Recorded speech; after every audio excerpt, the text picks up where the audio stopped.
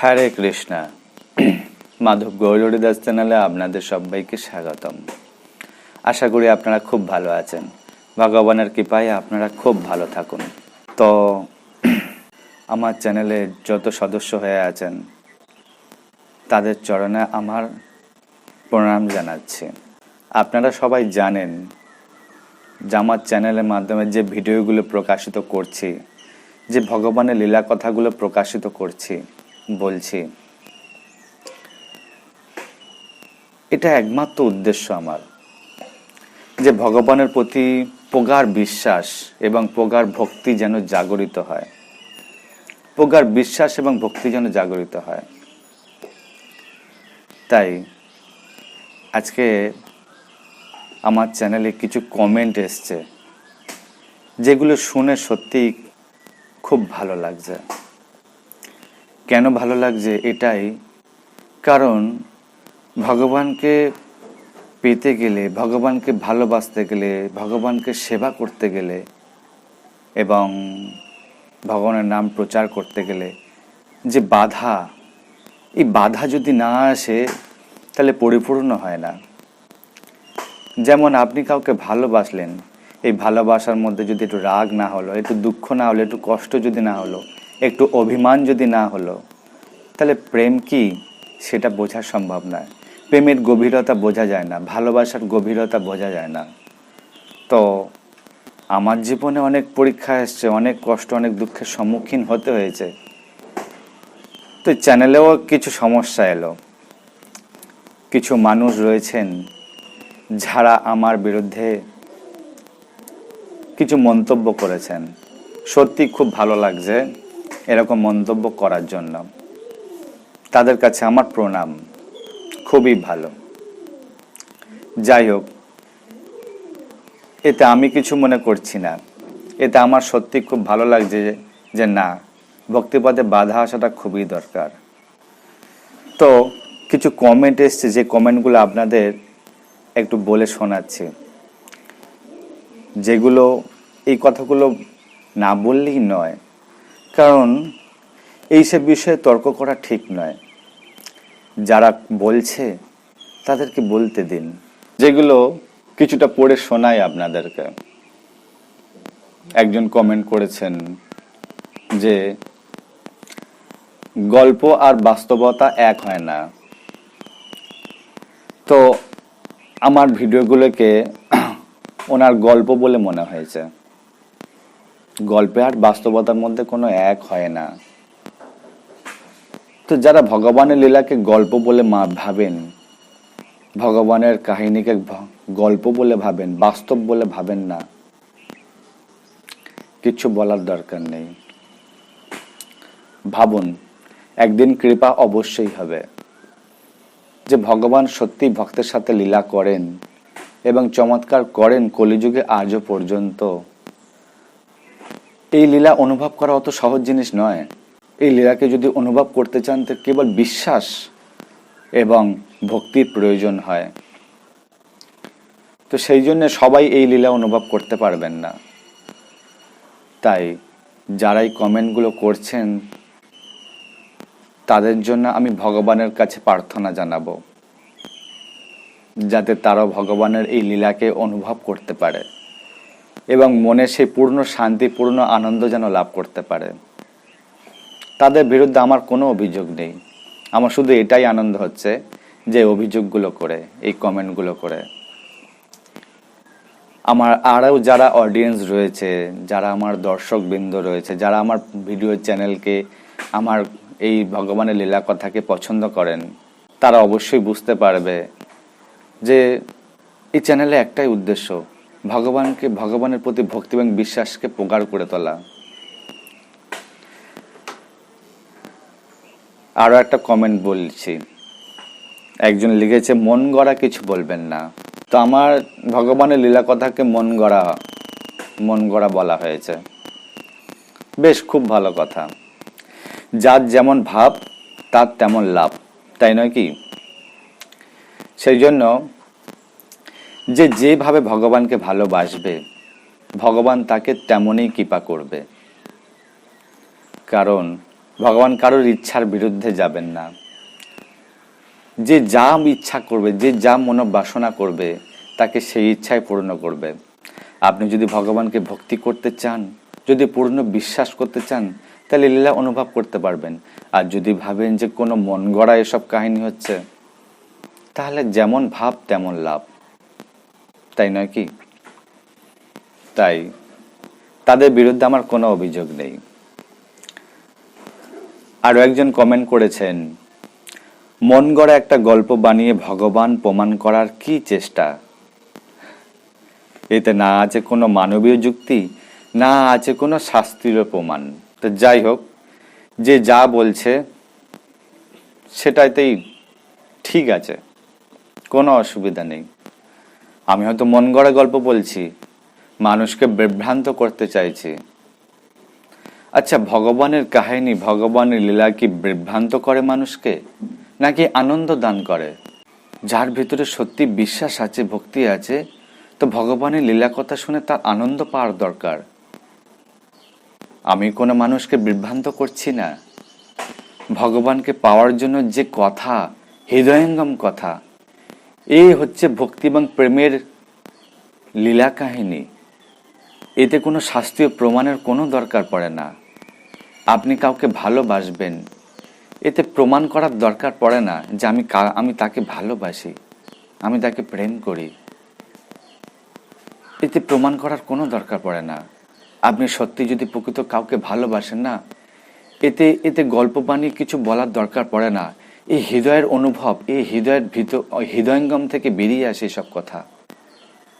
এরকম হাজারো অনেক ভক্ত আছে যা ভগবানের সাথে এরকম অনেক অনেক রিয়েল কাহিনী রয়েছে, যেগুলো অনুভব করতে পেরেছে, যারা ভগবানকে ভালোবাসে, ভগবানকে সেবা করে, ভগবানের সঙ্গে একটা অভূতপূর্বময় সম্পর্ক জড়িয়ে রয়েছে, যার মাধ্যমে ভগবানকে ভালোবাসছে। আজ আমরা এই সনাতন সংস্কৃতিকে যারা বিভ্রান্ত বলে বলছে, ভাবছেন, এটা বিভ্রান্ত নয়। ভগবানকে ভালোবাসার যে অনুপ্রেরণা, সেই হৃদয় জাগরিত করার চেষ্টা। কাউকে বিভ্রান্ত করার চেষ্টা চলছে না এখানে। আমার উদ্দেশ্য এটা নয় যে কাউকে বিভ্রান্ত করব। প্রেমের রাস্তা দেখানো হচ্ছে কি কর্তব্য, ভগবানকে ভালোবাসার রাস্তা দেখানো কর্তব্য, বিভ্রান্ত নয়, মন গড়া কিছু কথা নয়। হ্যাঁ, যদি ভাবেন যে হ্যাঁ মন গড়া, তাহলে ভাবুন মন গড়াটাকে আনন্দে রূপান্তরিত করার চেষ্টা করুন। কারণ ভগবান শাস্ত্রে বলছেন, দুঃখালয়ম অশাশ্বতম, এ হচ্ছে দুঃখের জগৎ। ভগবান সাইনবোর্ড লিখে রেখেছেন। দেখবেন কোনো যদি বস্ত্রালয়ে যান, কোনো জামা কাপড়ের দোকানে যদি যান, তাহলে দেখবেন জামা কাপড়ের দোকানের উপর সাইনবোর্ড লাগানো থাকে, অমুক বস্ত্রালয়। কারণ বস্ত্রালয়ে কি পাওয়া যায়? শুধু জামা কাপড়, বস্ত্র পাওয়া যায়, তাই না? আপনি কোনো ডাক্তারের কাছে যাবেন, কোনো ডাক্তারের দোকানে যাবেন, দেখবেন দোকানের উপরে চিকিৎসালয় দেখা থাকে, অমুক চিকিৎসালয়। কারণ এখানে চিকিৎসা বিদ্যার জ্ঞান প্রদান করা হয় না, বা চিকিৎসা বিদ্যা শেখানো হয়, বা চিকিৎসার ঔষধপত্র পাওয়া যায়, তাই নাকি? চিকিৎসালয়, বস্ত্রালয়। তো ভগবান ওই জগৎকে একটা সাইনবোর্ড লিখে রেখেছেন, দুঃখালয়, দুঃখালয়ম অশাশ্বতম, এই হচ্ছে দুঃখের জগৎ, না কোনো আনন্দের জগৎ। তাই ভগবান গীতার মাধ্যমে, শাস্ত্রের মাধ্যমে এটাই বলতে চান যে কেবল পূর্ণ শরণাগতি, পূর্ণ সমর্পণ ভগবানের চরণে আসার ফলেই কিন্তু সেই শান্তিপূর্ণ আনন্দ লাভ করা সম্ভব। আচ্ছা, একটা কথা ভাবুন তো, আমাদের যত সম্পর্ক আছে, যত পরিচিতি আছে, এবং নিজেকে যে খুশি এবং আনন্দ করার চেষ্টার যে প্রয়াস চালিয়ে যাচ্ছি সারাটা জীবন ধরে, অনর্গল প্রয়াস চালিয়ে যাচ্ছি, হয়তো খানিক সুখ লাভ হচ্ছে, কিন্তু পরবর্তীতে সেটা কোনো না কোনো কারণবশত দুঃখ, কষ্ট বা টেনশন বা বিভিন্ন রকম চিন্তার মধ্যে জড়িত হয়ে পড়ছি, তাই নয় কি? কোনো মানুষ কিন্তু আনন্দে নেই, কোনো মানুষ কিন্তু শান্তিতে নেই। কিন্তু দেখুন, ভগবানের চরণে এমন শান্তি, এমন পূর্ণ আনন্দ লুকিয়ে রয়েছে, যে আমরা বুঝতেই চেষ্টা করি না, যার চরণে সেবা করার ফলে কিন্তু সেই আনন্দ লাভ করা সম্ভব, কিন্তু আমরা সেটাই করছি না। আমরা এটাকেই অবহেলার মাধ্যমে নিয়ে নিচ্ছি যে এতে কোনো আনন্দ নেই, এসব বেকার বাজে, আমি যা করব সেটাতেই আমি আনন্দ লাভ করতে পারি। আমাদের ভিতরে না জানি কত অহংকার বা কত কিছু লুকিয়ে রয়েছে, যার কারণে আমরা পথভ্রষ্ট হচ্ছি, মতিভ্রষ্ট হচ্ছি। আমরা চেষ্টা করছি যে আমি নিজে কিভাবে সুখ লাভ করতে পারি, অন্য কেউ সুখী হোক আর না হোক, আমি নিজে কিভাবে খুশি সুখী হব, আমি নিজে কিভাবে আনন্দ করব। অন্যের আনন্দকে কেড়ে নিয়ে, অন্যের সুখকে কেড়ে নিয়ে আমরা নিজে আনন্দ পাওয়ার চেষ্টা করছি। এই জগতে হয়েই চলেছে একজন একজনের বিরুদ্ধাচারণ। সবাই খুশি হওয়ার চেষ্টা করছে, সবাই আনন্দ পাওয়ার চেষ্টা করছে, সবাই লোভ লালসার শিকার হয়ে নিজের স্বার্থ চরিতার্থের জন্য অন্যজনকে ছলনা ফাঁদে বা তাদেরকে কষ্ট দিচ্ছে। এই জগতে হয়েই চলেছে সমস্ত জায়গায়। একবার ভেবে দেখুন, অন্য কাউকে দুঃখ দিয়ে, অন্য কাউকে কষ্ট দিয়ে নিজে কি সুখী হওয়া যায়? সুখী তো কখনোই হওয়া যায় না। আর এই জগতে সুখের জগৎ নয়, এটা দুঃখেরই জগৎ। একজন অন্যজনকে দুঃখ দেবে, একজন অন্যজনকে কষ্ট দেবে, একজন যদি ভালো কিছু করে তার বিরুদ্ধাচারণ করবে। এটাই জগতের নিয়ম হয়ে চলেছে। এতে না কারোর বিভ্রান্ত করার প্রয়োজন চলছে, না কারোর কষ্ট দেওয়ার প্রয়োজন চলছে, না কাউকে কষ্ট দেওয়ার প্রয়াস চলছে। মহাভারতের যুদ্ধে দেখবেন যে অর্জুন ভগবানের পূর্ণ সমর্পণ করেছিলেন, কিন্তু অর্জুন তাও নিজের আত্মীয় স্বজনদের মারতে চাইছিলেন না। কারণ তারা যতই অন্যায় করুক না কেন, যতই অধর্মে থাকুক না কেন, মনের হৃদয়ের কোমলতা দেখুন, তবু তাদেরকে মারতে চাননি। কিন্তু ভগবান চেয়েছিলেন ধর্মকে স্থাপন করতেই হবে। আর ধর্ম স্থাপন করার জন্য তোমার যে কর্ম, ক্ষত্রিয়ের ধর্ম হলো যুদ্ধ করা, ধর্মকে স্থাপন করতেই হবে।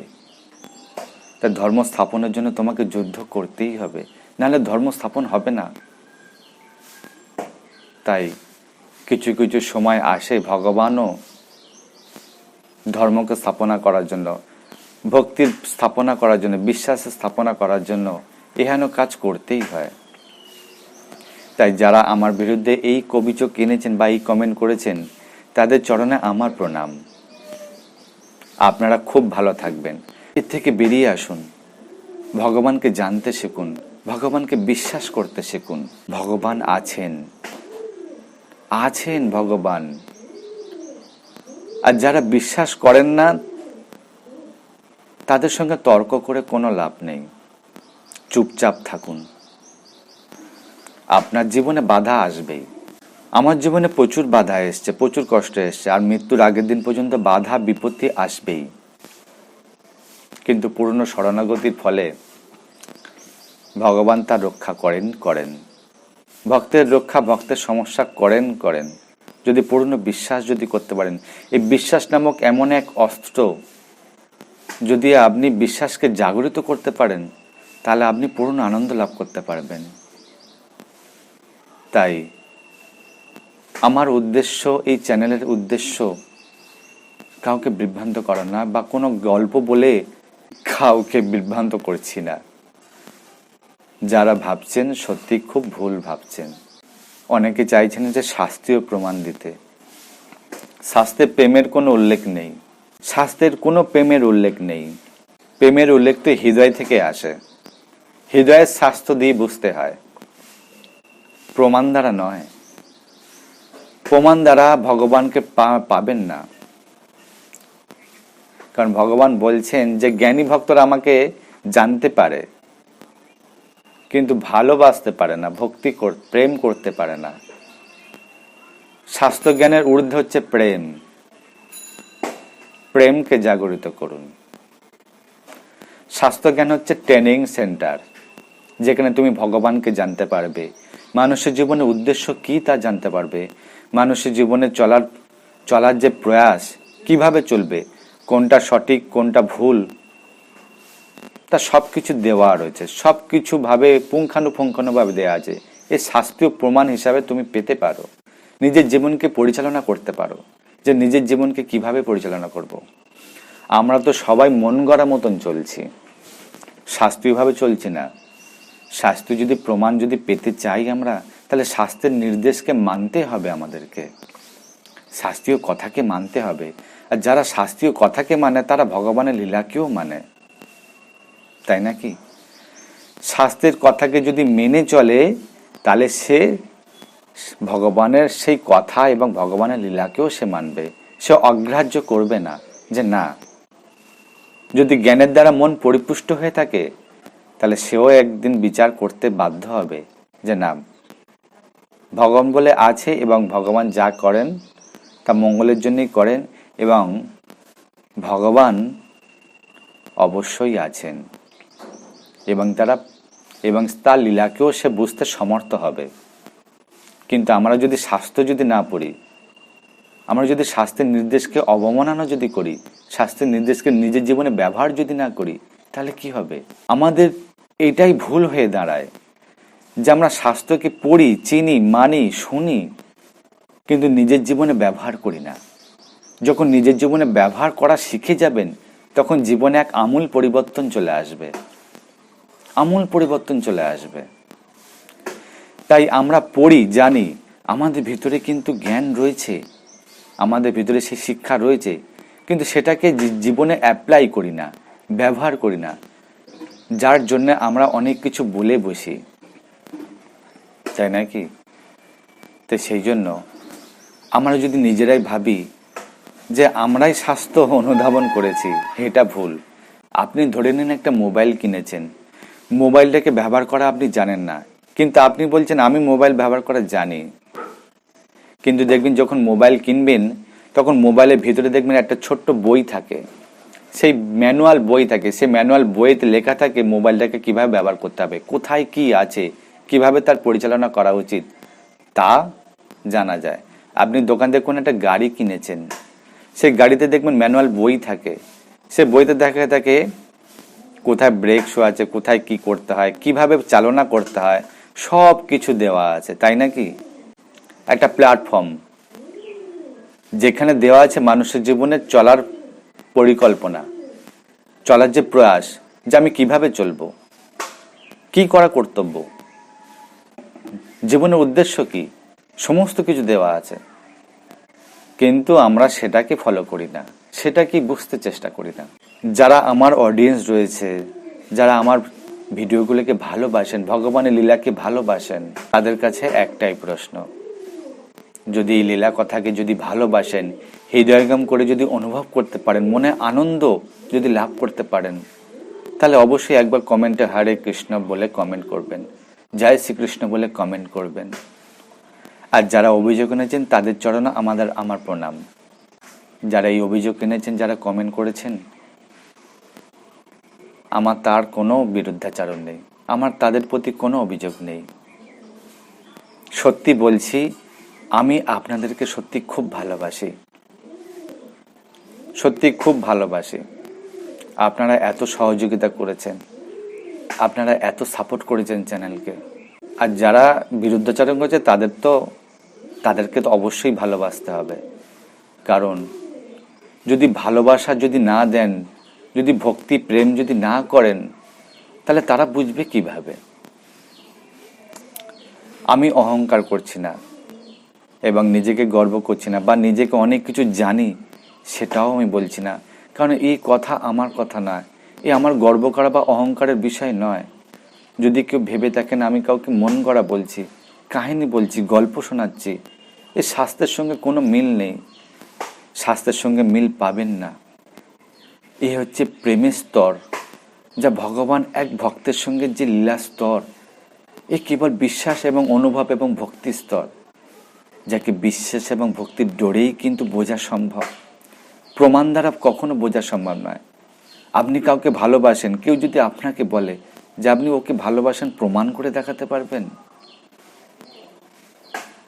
একবার হৃদয় দিয়ে ভাবুন তো, ভালোবাসা কি প্রমাণ করার জায়গা?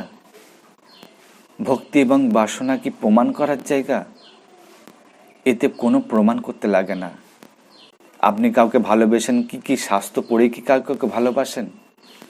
নিজের হৃদয় দিয়ে সেই ভালোবাসা তৈরি হয়ে যায়, সেই প্রেম তৈরি হয়ে যায়, কারোর প্রতি ভালো লাগা সেটা তৈরি হয়ে যায়।